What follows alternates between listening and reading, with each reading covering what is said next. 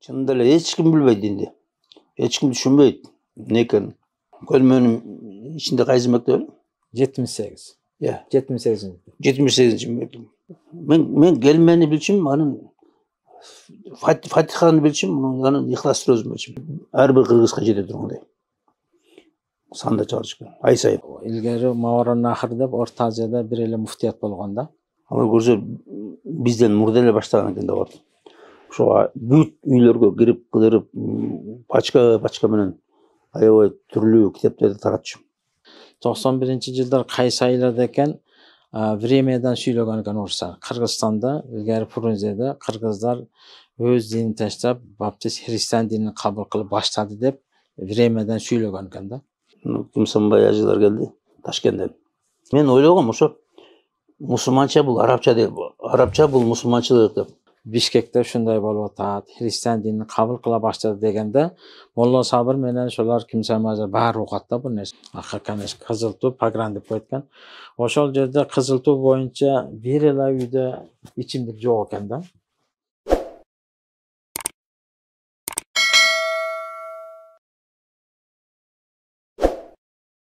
Бизде конокто коомдук ишмер, диний ишмер, жалпыбыздын устазыбыз Өзбек ажы Чотонов устаз келди. Устаз кош келипсиз. Ошо менен бирге Көлмө медресесинин директору Ырысбай ажы Ахунбаев устаз келди. Устаз кош келипсиз. Бүгүн келечекте кийинки подкасттарда ар кандай темаларга кайрылабыз. Баланын тарбиясы жана башка. Бүгүнкү алган темабыз жалпы дин боюнча bir ой жүгүртөлүү, диндин таралышы, кандай таралып жатат, кандай кызмат кылып жатышат, жалпы устаздар ошол жөнүндө сөз кылалы деп турабыз. Алгач кыскача өзүңүздөр жөнүндө бир аз тааныштырып, маалымат берип кетсеңиздер болот. Бисмиллахиррахманиррахим. Мен өзүм врачмын. Врач, хирург, стоматолог. Мен 11 жыл мединститутта мугалим болуп иштедим. Аны ошо эркиндик келгенде эле ошо din жакка өтө баштадым. Мен намаз окуп, намаз үйрөнүп, ушинтип мешіттерге барып, анан бир күнү ажыга кетип атат элдер. Анан кетип атканда бир да кыргыз жок арасында. Баары даргин, дунган, чечен, ингуш, татар, өзбек, уйгур, бир да кыргыз жок. Анан мен анда мына кыргыздын баары тозокко кетеби? Кой болбойт экен деп. Анан кой медресеге барып окуп, дават кылайын деп анан динди таштадым. Эмен жумушту. Ошо медресенин мугалими болчумун. Таштап, медреседе окудум. Даргиндерде 2,5 жыл окудум. Ошо динди баштадым. Ошо менен кайткан жокмун да, медицинага кайткан жокмун. Өйткені чынында эле аябай эле караңгы болуп калыптыр. Бүт жерде мечит жок. Өзгөчө муну түндүк жакта мечиттер жок. Молда жок, баары орустамга менен бир аз үйрөнгөн. Молдакилер 4-5 чоң молда бар болчу, анан башка жок да. Калган жерде даже арак ичкен, жаназаны эле окуган имамдар бар экен, ошол вакытта. Көп жерде мечит жок болчу, көп жерде акыры эле жок. Ошондо араккештик аябай күчтүү ошол вакытта. Жаман катуу. Араккештик, атеизм, эч ким Кудай жөнүндө эч нерсе билбейт, келмени билбейт. Анан ошондо кой андай болбойт, мен таштадым анда. Динге кызмат кылайын деп ошо кеттим медресеге барып окуп, анан дават баштадык да ошо. Bismillahirrahmanirrahim. Assalamu alaikum rahmetullahi barakatuh. Eң биринчи Аллахтан чексиз мактап шүгүрчүлүк, пайгамбар саллаллаху алейхи вассалам рахматы болсун. Биз да ошол жакада эле жашыбыздан эле дин менен мээнет кылып калдык. Айында мулла чоң атабыз бар да, Кудай рахматы кылсын, Алла ыраазы болсун. Өзүм тайкем бар да. Азбаз намаздан кабардар. Мен өзүм ушу Көлмө медресесинде азыр убакта мүдүр болуп иштеп атабыз. Көлмөдө мечит медреседе. İşimiz şu medrese, 300-400'e жақын балдарыбыз окуйт медреседе. Ачканыбызга ошол 2005 ачканбыз. Буга эң себепчи ушу Өзбек ажы акыбыз устазыбыз. себепчи болгон. Мечит куруп, мечиттен кийин медресе куруп берди. Болгон 3 комната кылып, устаздарга да 1 комнат кылып берди. Кудайга калыш ошондон уланып кетип, 2005-жылы медресени документтештирип, медресени баштап алганбыз. Октябрь, ноябрда bir 3 устаз менен баштаганбыз. Жигитали устаз, Кудайыр устаз болуп. Ошондон бери Кудайга шүгүр 1-жыл окутканыбызды 8 жыл медреседе балдар окуду. Андан кийинки жылдарга программа түздүк. Муфтият программа түзүп берди. Муфтияттын программасы менен азыр Кудайга шүгүр 7 жыл окутуп атабыз. Алхамдулилла. Азыр динге болгон балдарыбыз, башкалар жакшы окушуп атат, алхамдулилла. Рахмат. Устаз, сиз ошол динге багыт алганда кайсы жылдар болду? Ушу 90-жылдарда. Ошондо союз убагына туш келет да. Бүтүп баратканда уже жана перестройка болуп, перестройка болгондо эле динге кайтуу башталган. Мечиттер акырынан курулуп баштап. Ошол мезгилди бир баяндасаңыз, ошол мезгилде жаңы динге кайтып союз тарап бараткан учурда ошол кезде динди көбү түшүнбөйт деп айттыңыз. Кандай кыйынчылыктар болду? Кантип дин таратуу болду? Ошол убакта ислам дини жок болчу, жок болчу биякта. Такыр эле жок. Эч нерсе жок. Медресе жок бул жактарда. Мечиттер аз. Мисалы Бишкекте бир эки мечит бар болчу. Ошо чоң мечит жана Көгөлдөгү. Мына Карпинка жакта бир Төкөлдөштө бир мечит, кичинекей бир мечит бар. Бул башка жок болчу биякта. Анан эмелер күчтүү болчу. Жанагы христианский эмелер, секталар. Аябай катуу иштеп аткан ошол убакта. Алар көрсө бизден мурда эле баштаган экен деп атат. Ошо бүт үйлөргө кирип, кыдырып, пачка менен аябай түрлүү китептерди таратчу. Ошолор келип кыргыз тилинде, орус тилинде айына 5 миллион китеп чыгарышкан журнал. Сторожевой башня деген, анан кийин Пробудис деген эки цветной журнал. Ар бир кыргызга жете тургандай. Санда чыгарышкан, ай сайын. Андан башка толтура китепчелери түрлүү бизде каяктагы китеп эч нерсе жок. Мен мисалы Муалим Сани 1000 рубльге бер десем да бербей койгон, 1000 рубльге да. Жок, эч нерсе. Муалим Сани деген жана биринчи алипезда кичинекей тамгалап ошону да бербей койгон. Ошо сен үйрөнүп алып, бизде конкуренция болсун деп. Жок, эч жерде жок, ошондой болгон да. Китеп аты жок бизде. Булар ошондой көп журналдар менен аябай катуу иштеп, клубдардын баарын сатып алган. Берде азыр деле мына Ленин клубу ошолордун колунда турат. Жана баптисттер, йоговисттер, адвентисттер, свидетели седьмого дня, да бир нерсе ушундай секталар аябай көп.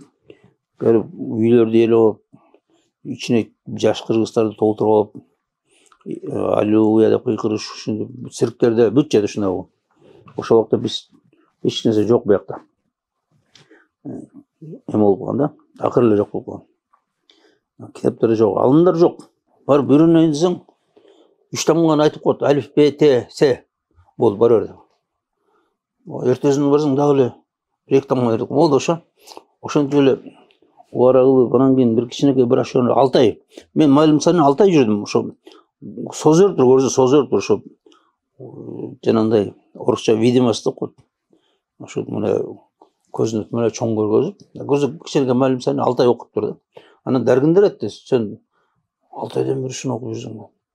Анан жүрсөң мистикине деп. Анан барсам, мында китептер, бүт кичинекей балдар жайнайт. Баары тым шатырат окуп атышат, ызы-чуу окуп атат да. Анан таң калып көрсө жок бизде Кыргызда эч нерсе жок экен да, ошол убакта. Медресе жок, эч нерсе жок. Анан ошондой убакта келдик да, анан чынында эле эч ким билбейт динди. Эч ким түшүнбөйт эмне экенин. Бул эмне, баары кызык. Ошо жана Куран окуганда эле баары мынтип отура калып, бетиме сыйпаганда башка эч нерсе болбойт ошо. Ал эмес, мен деле мен келмени билчүмүн, анан Фатиханы билчүмүн, анан Ихлас сүрөсүн билчүмүн. Анан Медиа институт менен республикасы больницанын эң чоң молдосу мен. Ошо эки сүрө менен. Анан өзүмдү тым эле илимди деп жүрүм. Анан эмеге барып, Болгарияга барып калдым. Анан Болгарияда жүзөм түрктөргө калпакты көрүп, кучактап эле ассалам алейкум, мусулмансың ба дедим. О, мусулманмын деп коем. Анан досума айттым, жанында жүргөн врачка. Көрдүңбү бизди кандай мусулман деп сыйлады. Кел, арабча үйрөнөлү деп. Мен ойлогом ошо мусулманча бул арабча деп. Арабча бул мусулманчылык деп. Мусулманчылык бул арабчалык. Анан кийин Москвага келип, орусча, арабча сөздүк алып алдым. Анан келсем окуйсам окулбайт да. Көрсөм бияктан бул жакка экен, анан таңбалар өзгөрөт экен. Анан кийин атама айттым, атам муну окуй албай атам десем, атам айтты, он жерде Курт молда билет, жүр деди. Ошо таласка мен отпускага таласка барып, анан Курт молдого барсам, Курт молда айтты, балам, аны эмне кыласың деп. Анан ошо үйрөнөйүн деп, эмне кыласың деди.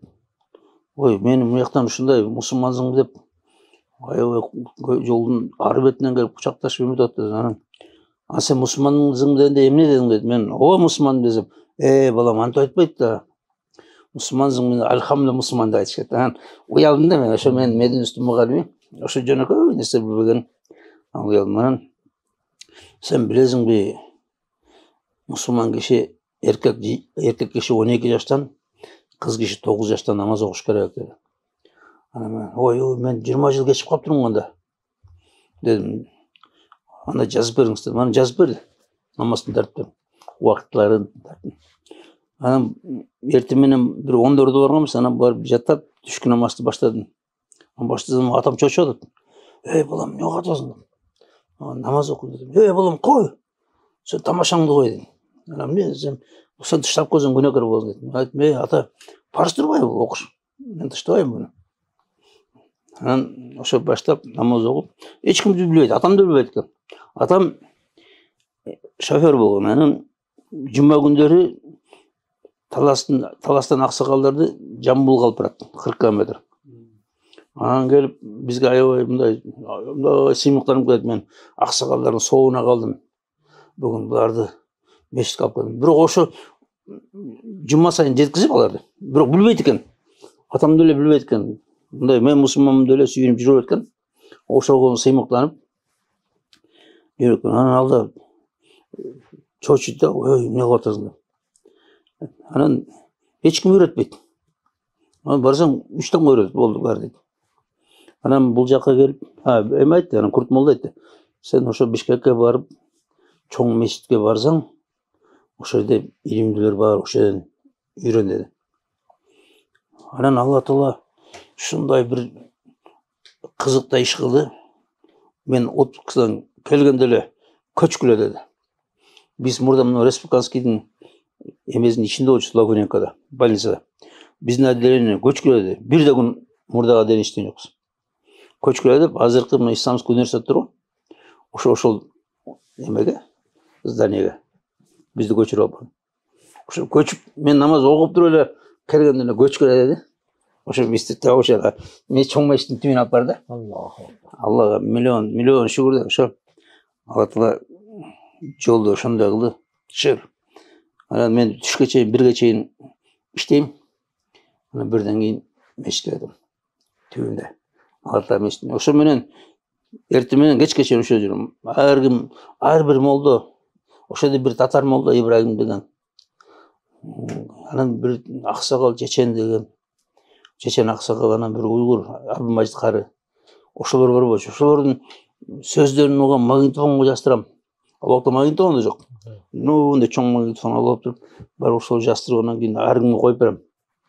Анан кийин биринчи болуп эмелер келе баштады. Кимсанбай ажылар келди Ташкенттен.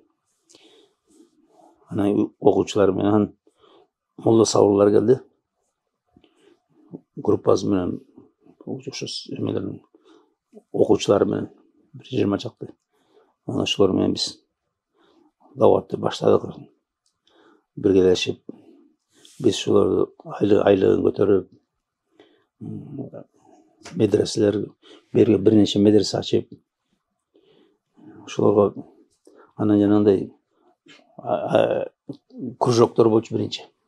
ошо кружокторду биз каржылатып ушинтип ошондой кылып жүрдүк да. Анан ошолорду айылдарга жөнөтүп, практикага ошондой башталган да. Анан кийин газет, биринчи газет чыгардык. Ислам адабият. Мен 7 жыл ошону башкарып турдум. Өзүм финансировать өзүм чыгарып. Ошо түнөгүнү чыгарчубуз. Уктабай эле ошо үйүм офис болчу. Отурабыз, эртеңгиче отурабыз. Ошону чыгарып анан кийин дагы коом жана үй бүлө газет, анан кийин коломто деген передача, радио передача, иман деген передача радио КТРда. Анан кийин студия ачтык өзүбүздө. Анан мен Дилмирок борборун ачтым. Анан ошол жерден китептер чыгардык, аябай көп китеп чыгардык. Анан бүт студенттер менен иштечүбүз, бердеги шаардагы студенттер менен бүт общежитиелерге барып дават кылчубуз. Аларга китептерди берип, сабактар өткөрүп, жолугушуулар өткөрүп, жогорку окуу жайлар, орто окуу жайларга, мектептерге китептерди, плакаттарды, сабактарды, жолугушууларды, лагерлерди, лагерлерди уюштурганда да 500 киши алып барып, 500 тең намаз окутуп келчүбүз. Алхамдулилlah. Көлгө алып барып, 5 күндө бүт бар намаз окуп келчүбүз. Бейшеке bir gün айтат. Ben ayttым да, Бейшеке мына 100 интеллигент алып барып, 100 тең намаз окуп келдим. Жарымыз кетип калат да дейт. Мен айттым, сен bir айылга барып 5 күн дават кылсаң, анан айылдын бүт бар намаз окуп калса, анан сен кеткенден жарымыз окуй калса кандай болот? Жакшы болот турбайбы дейт. Аллага шүгүр ошондой кылдык, даватты ошондой баштаганда. Анан ошо Мулла Сабыр Дамлыга Алла разы болсун, машалла. Ал да түнү күнү тынбай бүт балдарын ар жерге коюп, медреселерге, ар жерлерге ошо жерде чүйдөн баштаганбыз баарын орноштуруп. Ошол жерден чыкты да, көп эме окуучулар ошол жактан чыкты. Анан мечиттерди кура баштады. Көп мечит курдук. Ошо мен мынау Касин мечитин мен кургам, эң биринчи. Анан Ош базардагы мечитти. Анан Агөргөдө, Шылбышыда Бишкектин ичинде 7-8 мечит курдум. Көлмөнү да кошуп койсоңуз, Көлмөн да ошо жерде. Алла разы болсун, Исламдагы мен көп жерде мечит курдук, мечиттерде өнбөй койду да. Кээ бир жерде такыр өнбөй койду. Биз оокат алып берип берчүбүз. Un, май, ар нерсе продукттар алып берип беребиз. Китептерди беребиз, брошюраларды беребиз, алымдарды коебуз. Өнбөй койду. Такыр жанагы бетонировать этип салгандай экен да. Мына бетондоп салгандай адамдар. Эч нерсе өнбөй койду. Кээ бир жерлерде. Анан кээ бир жерде жакшы өнүп атты. Анан мына Көлмөдө ушу Идрис Дамулланын эмеси, аябай мен Алла разы болсун, буяка көзүм район өзгөрүп кеткен да. Мен байкаганым мындай болду, бир күнү очки таратып атабыз мектептерге. Анан кийин булардын Көлмөнүн ичинде кайсы мектеп? 78. 78-чи мектеп. Анан ошол жерге барсак, бүт окуучулар көп эле мынтип ассалам алейкум, мугалимдер ассалам алейкум сөйлөшөт да. Бүт бар. Тыптый жакшынакай, адептүү. Ушул жерден бир нерсе сурайын деп атам да, ушунча мечиттер салганга, медресе салганга, китеп таратканга ушунча мени бир себепчи болуп атабыз да. Бир кызык суроо пайда болот элде. Өзүңүз бир эл катары жумушта иштейсиз. Мынча нерсени салганга себепчи болгонго каяктан кантип саласыздар? Кантип салчуңуз эле? Спонсор кантип табасыз же өзүңүздүн акчаңыз каякта акчалар? Мындай болду да. Бир эле бизде эмес, СССРдин баарында ошондой болгон да. Мына Тажикстан, Өзбекстан күчтүүрөөк болгон, жакшы бuyakта. Бuyakта жанагы социализм убагында эле акын медреселеринде жүздөгөн балдар окуган экен. Кээ бир жерде Өзбекстанда, Тажикстанда биздин кыргыздар устаз экен. Бирок баары мындай подпольный да, мынандай ачык эмес. Бирок алар деле мындай көз жумуп мындай анткени аларды динди сыйлаганды көбүрөөк билет экен да аяк. Ошо жана 90-жылдар биз барганда мешиттер толуп калчу да. Биздики болсо жок. Бизге келип эт уй союп чакырчу ошондо келчү эмес да. Анан бериле берди эмес. Бүт эсенгеде. Анан Москвадан бизди чакырышат да, биз жөнүндө угуп, дават коет деп. Бизди чакырышат да, благотворительный организация. Сизге эмне жардам керек? Анан биз айтабыз, ой, бизге китап керек. Дагы эмне керек? Ушундай керек. Мешиттер керек. Ой, давай анда иштешебиз деп. Анан чакырдык да келди. Анан Казакстанга келишип, берге филиал кылып, биз анан кийин birinin артынан birine благотворительный организация келе баштады. Анан кийин жактан да издейт экен алар мусулмандар Арабияда бизди аябай эмес экен, байкуштар булар колонияда жатат дагы эле. Булар ушунда баарын коммунизм кылып, атеист кылып, баарын ушинтип койду, кантип жардам беребиз деп жүргөндөр бар экен. Аны уккандан кийин баары келе баштады, баары эмес. Келе баштады, келип, эмне керек? Китап керек. Канча китап керек? Мынча китап керек. Ой, эмне керек? Газет керек. Мына канча керек? Мынча керек. Ой, ушундай иш керек. Телевидение керек. Ой, давай. Ошондой болуп Аллага миң мөртө шүгүр. Ошо араб туугандар жакшы эме кылды. Колдоо көргөздү. Мешит керек, канча мешит, айтса кайерге мешит керек, давай. Ошондо бир $3000 $4000 сатчубуз мешиттерди. Көбүрлөрүн айдан деле, көбүрүн клубдарды мешит кылдык. Көп клубдарды мешит кылдык. Чоң клубдарды өкмөт берет. Ошону биз ремонт клубду мешит кылып коебуз. Ошондой бир круг көлдүн бәрін айланып, ошода бир 20 чакты мешит жасап келдик, бир эметкенде бир кругда. Анан муякта шаарларга салдык, жакын жерге салдык. Анан кийин ошол жака кийин жеттик да. Ошо эме ушундай болду колдоо бизде. Анан кийин бөйдө фонддор акырынан көбөйтүп бир 10 чакты фонд болуп калды. Анан кийин алар өздөрү менен кетти. Биз кол тийген жок. Биз только ошо дават түнү күнү китеп чыгаруу, журнал, газет, мектептер, окуу жайлар, общежитиелер, бүт практиканттар жөнөтчүбүз. Таласка, көл жака, нарынга азыр жүрөт. Ошо биздин эмелер, балдарыбыз көп жерде жүрөт, иштеп атат. Аллага шүгүр.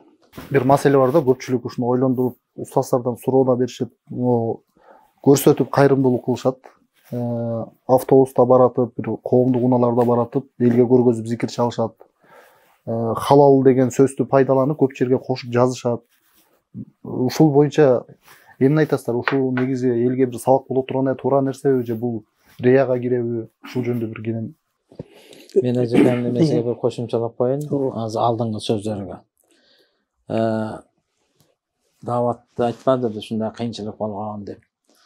91-жылдары Кимсанбай ажы илгери Мавараннахр деп Орто Азияда бир эле муфтият болгон да. Муфтият. Орто Азия боюнча Өзбекстан, Тажикстан, Казакстан, Түркмөнстан болуп. Mana şu yerде фатва бөлүмүндө иштеп турган экен. Айтканда бай закон чыгарууч палатада да Кимсанбай. Молла Сабыр Бухарада медреседе сабак берип ушундай болуп турган экен. 91-жылдар кайсы айларда экен? Времядан сүйлөгөн экен орустар. Кыргызстанда, илгери Фрунзеде кыргыздар өз динин таштап, баптист христиан динин кабыл кылып баштады деп Времядан сүйлөгөн экен да. Анан арадан эч канча убакыт өтпөй эле Өзбекстандын акбарат, баягы жаңылыктардан сүйлөгөн. Кыргыздар Бишкекте ушундай болуп атат, христиан динин кабыл кыла баштады дегенде, Молла Сабыр менен ошолор Кимсанбай баары угат да бул нерсени. Уккандан кийин кандай болсо да каныда кыргыз бар, иманы бар, бекем болуп кыргыз деп күйүп жүргөн. Ошол жерде туруп, эгер биздин Кыргызстаныбыз ушундай болуп аткан болсо, биздин бу жерде турушубуз жакшы эмес, кандай кылганда буларды кайтарабыз деп өздөрүчө маслихат кылып, машвара кылышат экен дагы.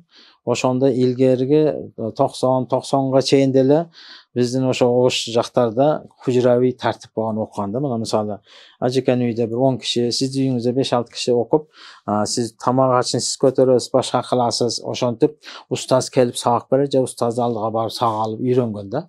балдар. Анан ошондо молла акын деп Алла разы болсун, ушу киши азыр бүгүнкү күндө дагы бар. Ошо кишилерге анан молла сабырлар хужурави тартиптин устаздарга кабар берет, балдарды чогултуп Бишкекке жөнөтөсүңөр дейт, Фрунзеге дейт ошо маал. Анан канча бала оккан балдар, колдо оккан балдар чогултуп биз bir 50-60 bala çoğulduk da. Ben özüm Kadamjayda Surma Kamina ve Yeni Zivrini Kaminet'te işleyimin ahranada. Oşada bir tuğan tayam Usta Tacbay dep načanlik Karoğlu'da.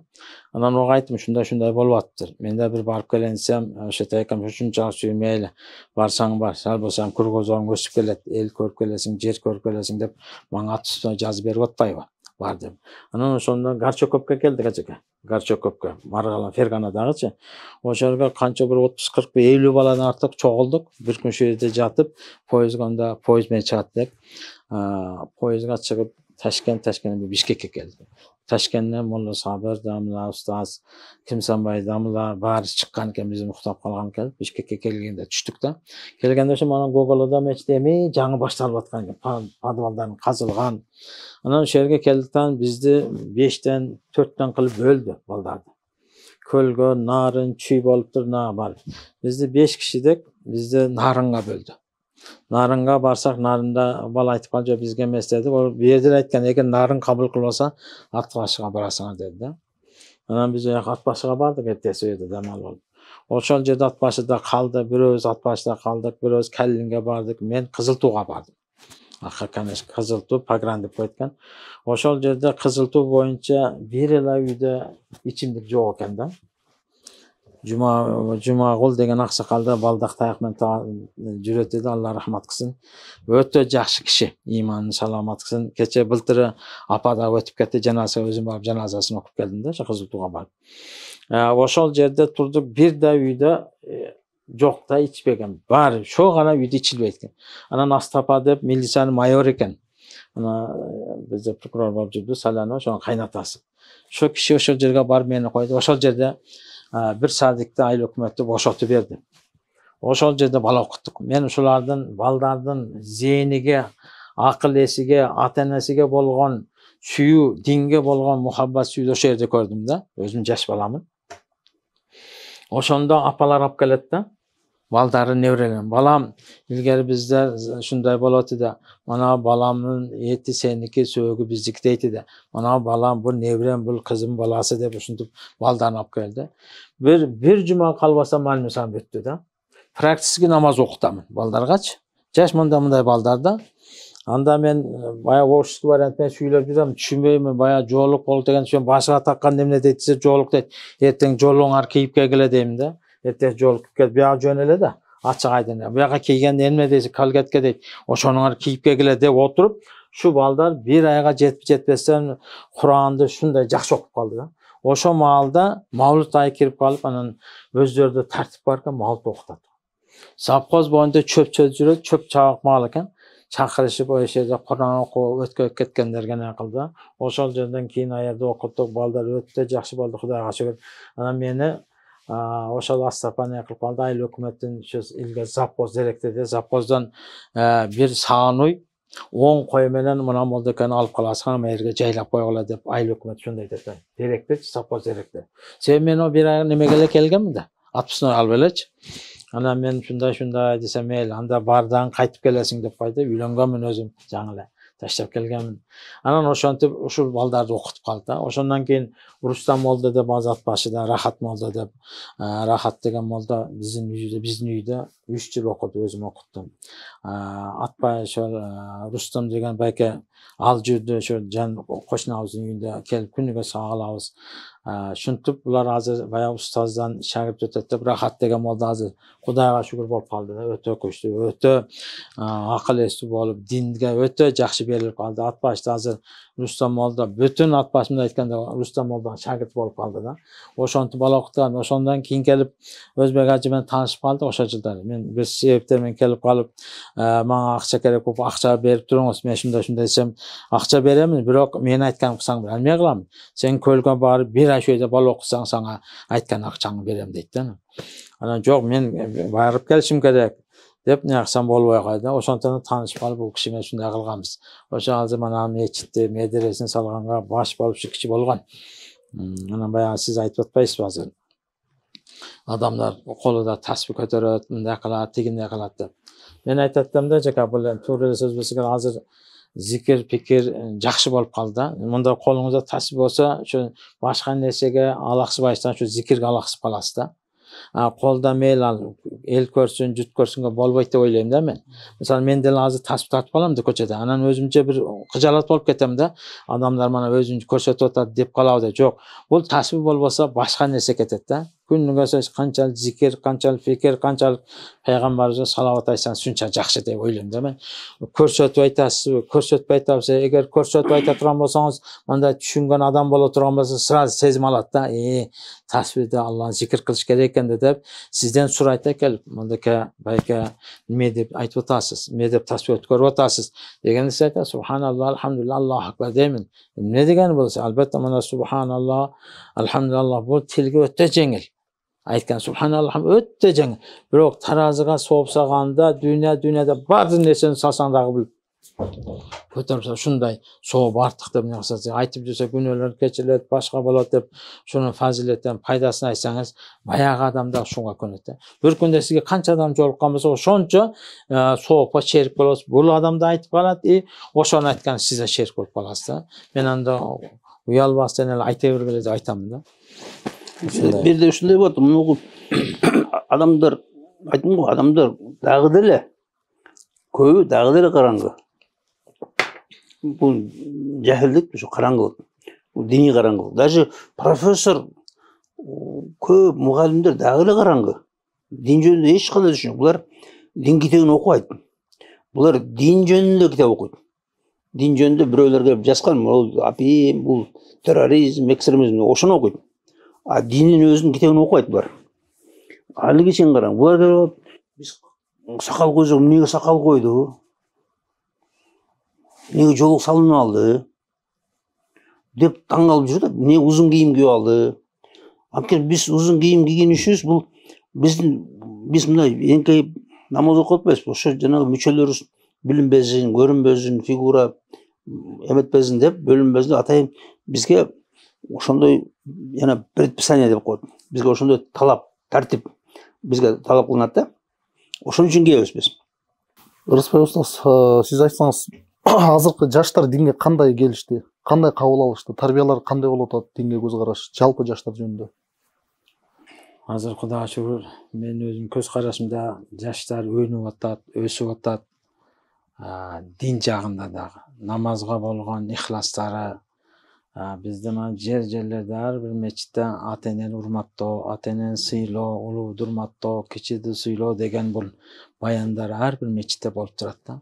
Кудайга ушуларды угуп атат, ата энелер баары айтып атат, ушинтип балдардын жүрүм туруму, балдар келечегибиз деп айтып атпайбызбы? Буюрса иншалла мен ошо бул келаткан муундардан келечектен бүтүн ааламга бир Кыргызстан тааныта турган илимдүү, билимдүү, акыл эси уул кыздар чыгат деп ойлойм да. Себеби туурулукка келатат да. Бирөөдү алдагандан коркуп калды.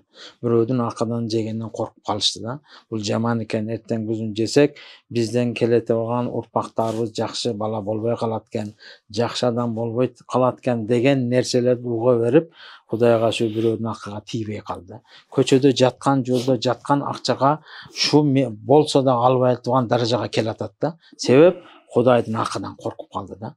Балдар буюрса мен ойлойм өтө жакшы. Азыр кайсы мечитке барсаңыз 90-95% жаш балдар да. Кудайга шүгүр. Булар шариятты, динди баарын угуп келатат да. Биздин келечек бизде экен, биз оңолушубуз керек экен, биз өзүбүздү туура алышыбыз керек экен, туура жүрүшүбүз керек экен, ата энебизди урматташ керек экен, ата энени сыйлаш керек экен, ата энеге жаман сөз уф деп айтпаш керек экен деген нерсени бул балдар угуп атат да. Эми шу сөздөрдү уккан балдар эч качан булардан жамандык чыкпайт деп үмүт кылабыз да биз. Себеп булар ата энени урматтайт, сыйлайт. Баягы карып калса да баягы айтылат го, бирөө окуганыга 1 жыл намаз окуду. атасы азыр 70-80-ге кирип калып бул намаз окубайт да. Окуп алса бул барып сен капыр болдуң, сен динден чыктың деген бала азыр жогорак болуп калды да. Илгерирээк болсо да азыр бул кандай болгондо дагы бул менин атам, бул менин энем деп ошолорго шариятты пайгамбарыбыз айткандай, сен динди кабыл кылсаң да атаң, энең динди кабыл кылбаса да бул сенин атаң, бул сенин энең, буга жакшы мамиле кылгын деген сөздөрдү угуп атат да. Уккандан кийин ошолордо намаз окубаса да башка кылбаса дагы ата-энени урматтап, сыйлап отуруп, кол башына массаж кылып, баша кылып отуруп, ошо ата-энесинин намазын кылып коюп атат да. Буга өтө биз ыраазыбыз да. Шуну көзүбүз менен көрүп атабыз, угуп атабыз да ушул нерселер. Кудайга шүгүр, азыр балдар жакшы келип атат, көз тийбесин. Маршрутка чыгып калсаңыз, ордудан туруп сизге жол бергенге, орун бергенге аракет кылат да. Эркеги болсун, аялы болсун да. Буга бул эң жакшы көрүнүш да. Илгери тескери карап отурат болсо, жок, бүгүн азыр ушул эшикти караптар бир аксакалраак адам чыкса, ордун берейин деп калды да, Кудайга шүгүр. Устаз, убакыт аяктап калды. Бир-эки ооз сөз жалпы кыргыз эли мусулмандар менен учурашып коштошуп койсок. Мен ушу кыргыз элиме тынччылык каалайм. Молчулук, токчулук, аман эсенчилик. Жанагы ысырап боюнча да ысырап кылбайлы, урматтуулар. Жөнөкөй жашайлы. Мына өзүнүн эл көрүнүшүн жашабайлы. Бул эң туура эмес жол. Ошого канча акчаңар кетип, өмүрүңөр кетип, балдарыңар барып өлүп атат бир жерден. Акча таап келем деп өлүп калып атат, дагы башка болуп атат. Ошол нерсеге барбайлы. Биз жөнөкөй жашайлы. Эң жакшы адам бул жөнөкөй адам. Эң сулуу адам ошо жөнөкөй жүргөн адам. Ошон үчүн жөнөкөй өмүр сүрөйлү, динибизди жакшылап билели, Кудайды тааныйлы, Кудайды дайыма эстеп жүрөйлү, балдарыбызды жакшылап тарбиялайлы. Диндин негизинде тарбияласа эң жакшы тарбия болот. Мен ошону баарыбызга каалайт элем. Анан ошо жаштарга да, мен ошо жаштарга Алла ыраазы болсун. Ошо жаштар мечиттерди толтуруп, даватты жаштар жүргүзүп, жакшы болуп атат. Алла ийгилик берсин. Ошо сиздерге да рахмат. Алла ийгилик берсин. Мен да элибизге, жерибизге, журтубузга, мамлекетибизге Алла таала тынчтык берсин, аманчылык берсин, токчулук, молчулук, береке берсин, ынтымак, биримдүүлүк берсин. Эл жерде Кудай таала бүтүн алган биздин кыргыз элиде дүйнөгө кырсаң тантыган илимдүү, билимдүү, акыл эс уул кыздар болсун. Келечекте кең кылсын. Ата-энени урматтаган, ата-энени сыйлаган ыймандуу кыздар өнсүн, өссүн деп тилек кылат элем. Алла таала баарыга жакшылык берсин. Анан ажек айткандай той топурларда, өлүм житимдерде исрап кылбаганга аракет кылсак, ошо сиз менен бизге өтө жакшы болот. Азыр жерлерде исрапкерчилик, кафеге барсаң төгүп салган, жейтип аны, жебейтип да бар. Канчалаган акчаны коротуп, ошолор исрап алып төгүлүп кетип атат да. Мен ошо чакырып кетет да, ушундай өлүм житимдерде, той топурларда ажек айткандай исрап кылбастан, орточо кылып кылсак, мүмкүн болсо өтө баягы жөнөкөй жашоого өтүп ала турган болсок, иншалла биздин элибиз, жерибизде өтө баардык молчулук, өзү токчулук жакшы, ошолорго жетишет элек да, жакшы болот эле. Алла таала баарыбызга жакшылык берсин. Сиздерге Алла ыраазы болсун. Өткөнгү передачаңарды берген экенсиңер. Ошонун аркасында менин армияда почти 35 жылда көрүшпөгөн балдарыбыз менен таанышып алдык, телефондоштук, сүйлөштүк. Силерге рахмат. Алла ыраазы болсун, ишиңерге ийгилик болсун, ден соолук берсин, аман болсун. Рахмат устаз. Урматтуу достор, кийинки эфирде кандай теманы талкуулайлы? Комментарийга жазыңыздар. Кийинки эфирден көрүшкөнчө, ассаламу алейкум.